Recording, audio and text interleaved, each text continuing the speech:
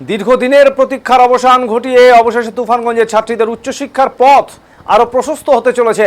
তুফানগঞ্জের একটি নতুন মহিলা কলেজ প্রতিষ্ঠার সরকারি ঘোষণা আসতেই খুশির জোয়ার বইছে সমগ্র মহকুমা জুড়ে। জানা গেছে, গত 21 জুন রাজ্য বিধানসভায় বাজেট পেশের সময় রাজ্যের অর্থমন্ত্রী স্বপন দাশগুপ্ত তুফানগঞ্জে একটি মহিলা কলেজ তৈরির প্রস্তাব ঘোষণা করেন। এই ঘোষণাকে স্বাগত জানিয়েছে মহকুমার বাসিন্দা থেকে শুরু করে শিক্ষা মহল।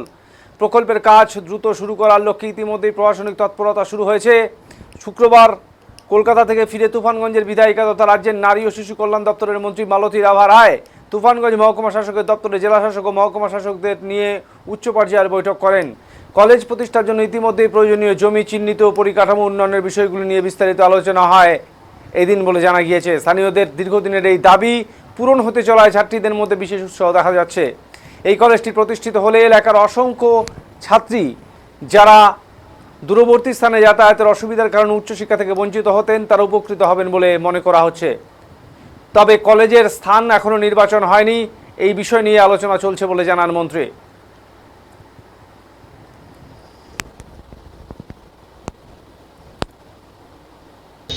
সরকার এসেছে, উন্নয়নের সরকার এসেছে। আপনারা বাজেটে দেখতে পেয়েছেন যে জনমুখী বাজেট হয়েছে। পশ্চিমবাংলার সমস্ত মানুষ খুশি হয়েছে। এজন্য আমাদের উন্নয়নের সরকার, উন্নয়নের জন্যই আমরা চিন্তাভাবনা করছি। যে জন্যই আজকে যে ওয়ার্কিং ডে নয়, বন্ধের দিনও ডিএম সাহেব এবং এসডিও সাহেব তার সমস্ত কমিটিকে নিয়ে আজকে যেহেতু তুফানগঞ্জে উইমেন কলেজ ঘোষণা করা হয়েছে এই বাজেটে, সেই ব্যাপারে আমি আজকেই কলকাতা থেকে ফিরেছি এবং 28 তারিখ আবার চলে যাব।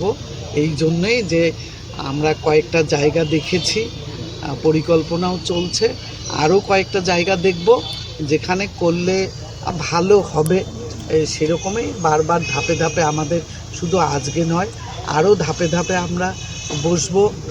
যে রুটগুলোয় সরকারি বাস বন্ধ আছে, এই সব ব্যাপার নিয়েই যে তুফানগঞ্জ মহকুমাকে কীভাবে উন্নয়নের আরও করা যায় সেই ব্যাপারে বারে বারে ধাপে ধাপে আমরা মিটিং করছি। ম্যাডাম, দেখুন, এরকম প্রথম প্রস্তাবিত বা শেষ প্রস্তাবিত এরকম নেই। যেখানে করলে ভালো হবে, যেখানে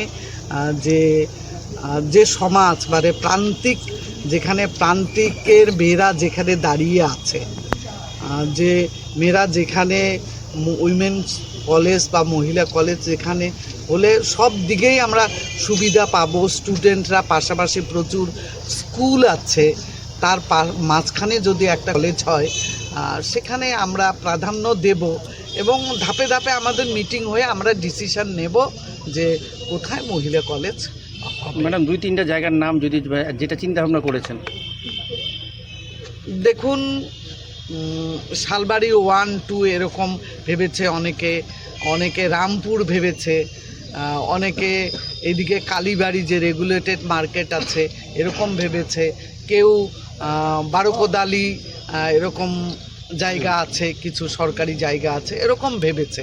কিন্তু সব সিদ্ধান্ত আমরা আজকে যেমন প্রাথমিকভাবে নিলাম, এরপরে আমরা কয়েকটা জায়গা ভিজিট করতেও যাব, কালকেও হয়তো কোনো জায়গা ভিজিট করতে যেতে পারি।